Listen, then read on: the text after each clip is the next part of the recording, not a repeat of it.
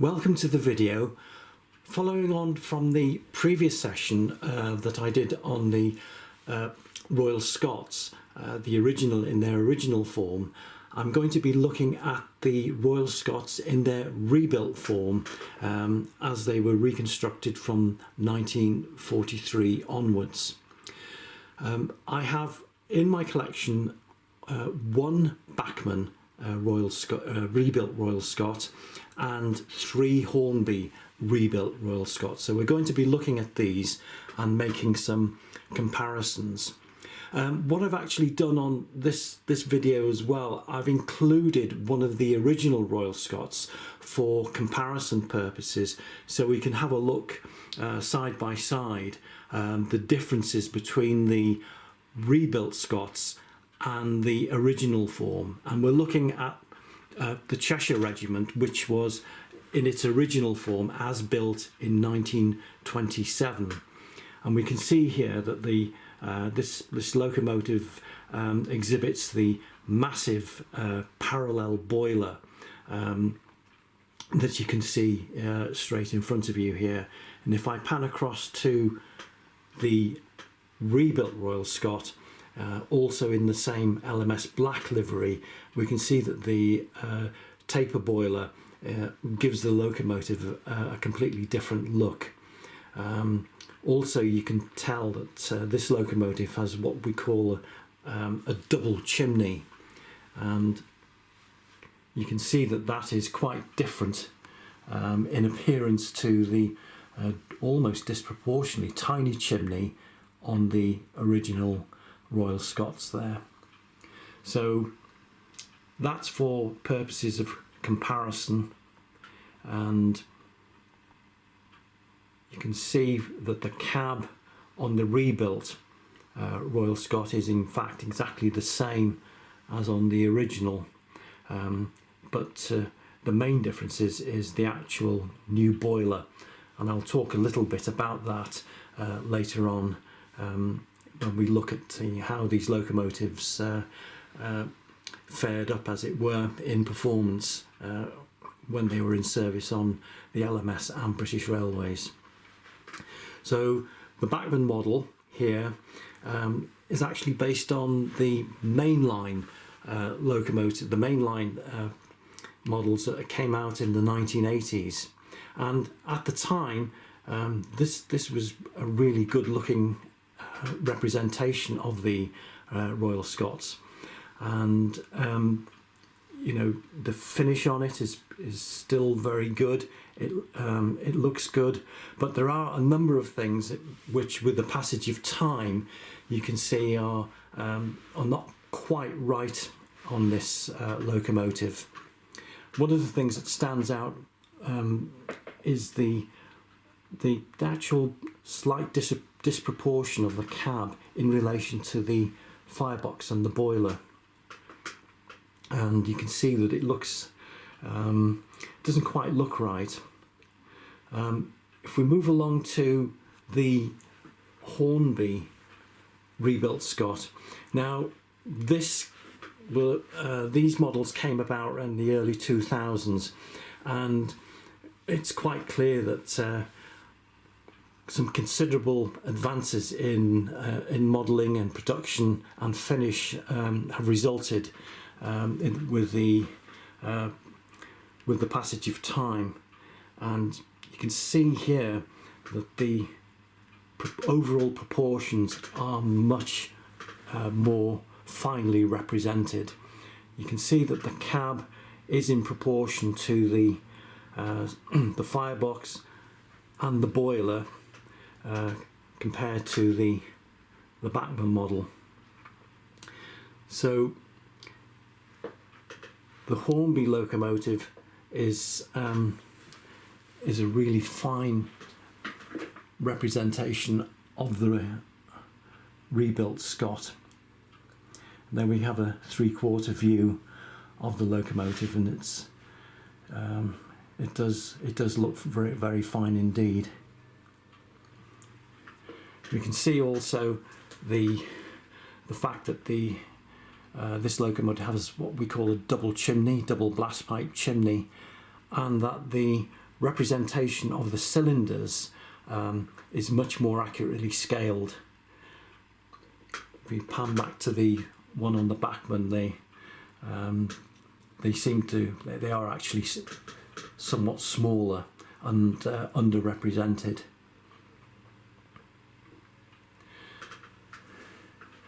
Both the locomotives are actually bearing the same number and name, and that's the Green Howards.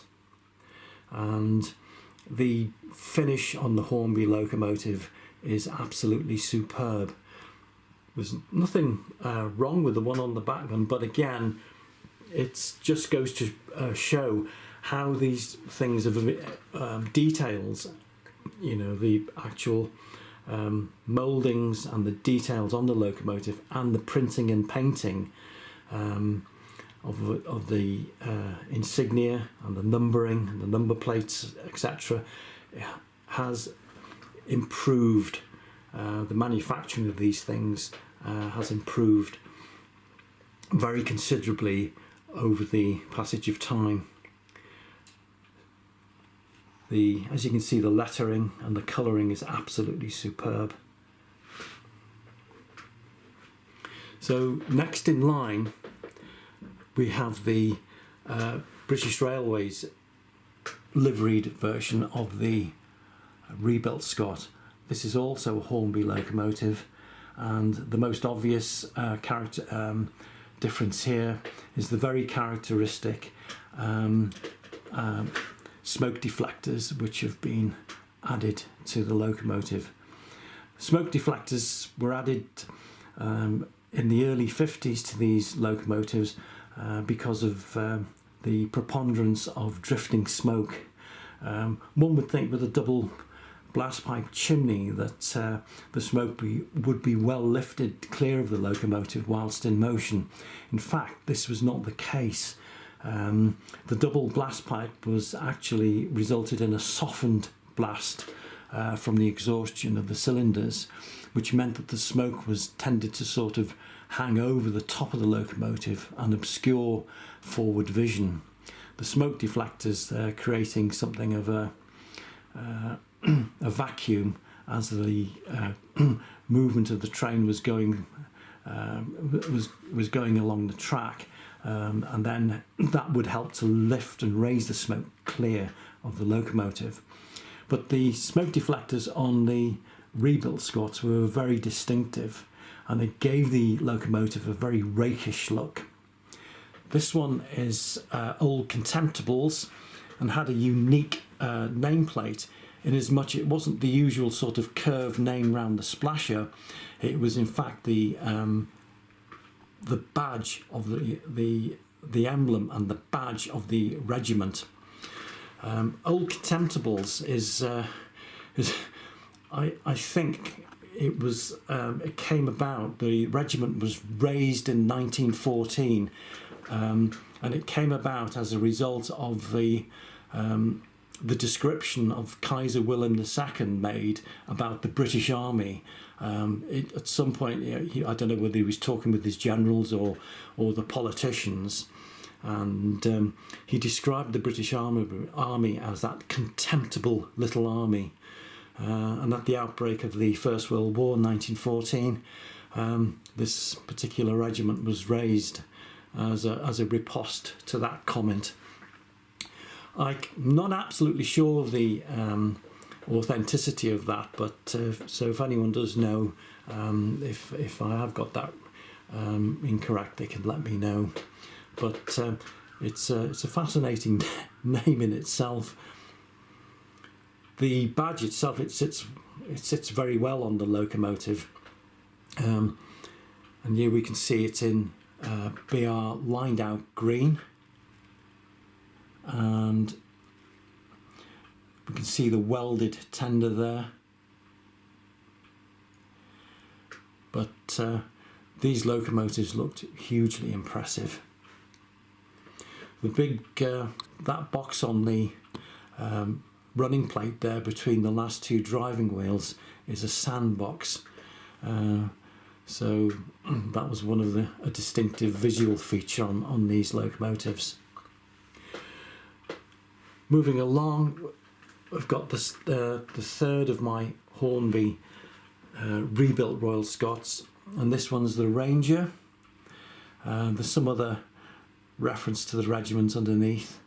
Can't quite read it. And this one's a slightly later BR variant.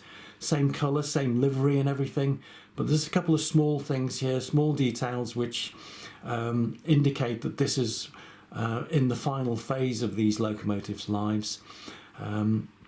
So we've got the overhead electric warning flashes. So there's two on the side of the boiler there, one underneath the safety valves on the firebox there, and one in front of the top feed. You can just see it.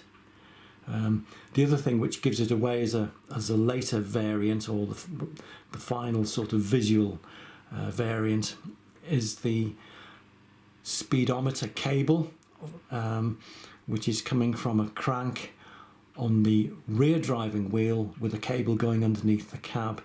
That's a speedometer cable. And on this particular locomotive you can see that the tender is an all welded one. If I can get a bit closer.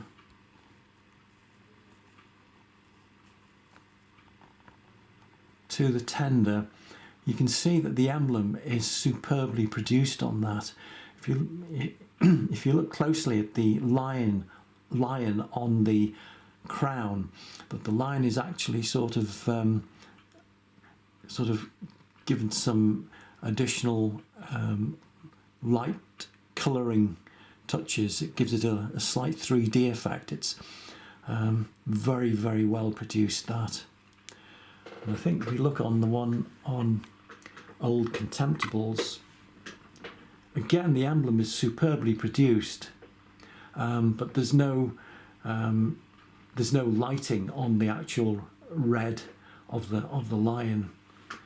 Just a very small little detail. Again, it just shows how the manufacturer of these things are looking to improve the models all the time. So they've managed to get that little tiny detail added in on the on the printing. The locomotives, the Hornby locomotives, have really good detail inside the cabs. Difficult to see. I don't know if we can get that in. Let's move around. No, it's not going to work given the angles and things. But anyway, the cab detail is extremely well represented.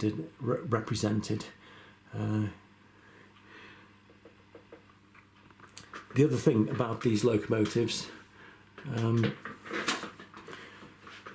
is that they were superb performances in day-to-day service. It looks like I've got the front bogie off there, not quite on. Sorry about that. And by golly, these locomotives could punch above their weight. Continuing with the boxing analogy, it is reckoned that pound for pound and size for size, these were some of the finest steam locomotives ever built. They could certainly turn on the performance. So the boxing analogy there is of Sugar Ray Robinson, pound for pound, size for size, the best boxer of all time. And these quite unusually, in 1948, the locomotive trials that Riddles instigated to assess the relative merit, strengths and performances of steam locomotives, across all the regions. These trials were conducted to find out, what would be the best features to be replicated in a new range of standard locomotives. The unusual thing about them was that he was keen to get the Royal Scots included in that, because the main representatives of each class from each of the former companies. So you get the top line express locomotives, you'd get the mixed traffic locomotives, and the key representatives of freight locomotives, all trialled against each other. Now the Royal Scots were not necessarily the front rank steam locomotives on the LMS. That would be the Duchesses, but the actual trials themselves proved very little.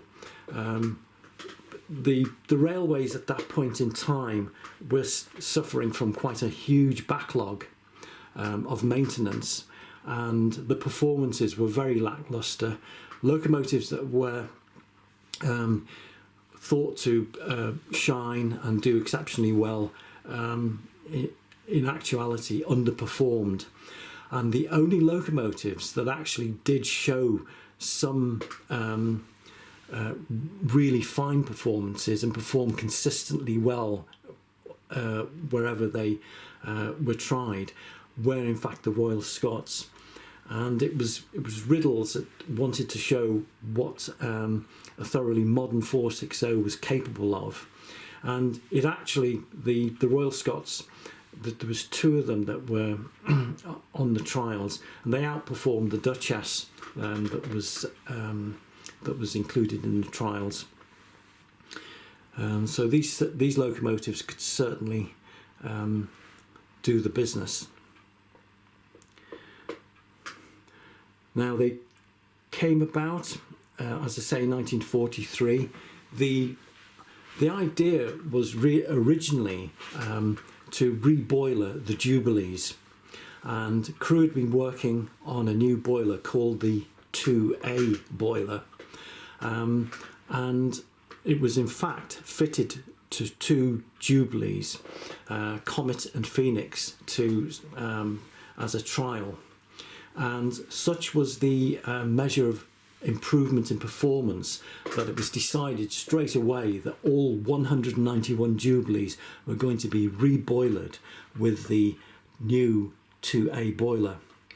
In fact, that never came about, because the original Royal Scots, as I pan up here, were, after 10 years or so in service, were showing considerable weaknesses in the original design. There was leakage in the steam leakage in the smoke box. There was axle boxes were overheating. Piston rings were leaking. There was a whole catalogue of annoying little failures and shortcomings, which was leading to these locomotives doing less mileage and significantly increased coal consumption. Mind you, that's because they'd been hammered, back when they were first introduced.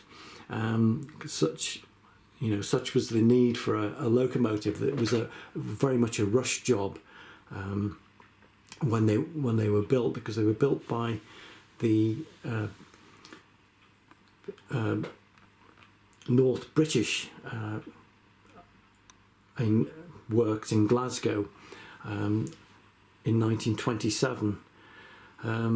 So they were quite a rushed job, as it were. So they actually they were very good locomotives. They performed well and they were certainly powerful, but after 10 years they showed the shortcomings. So it was instead indicated that they would be the new boilers would be going on to the Royal Scots.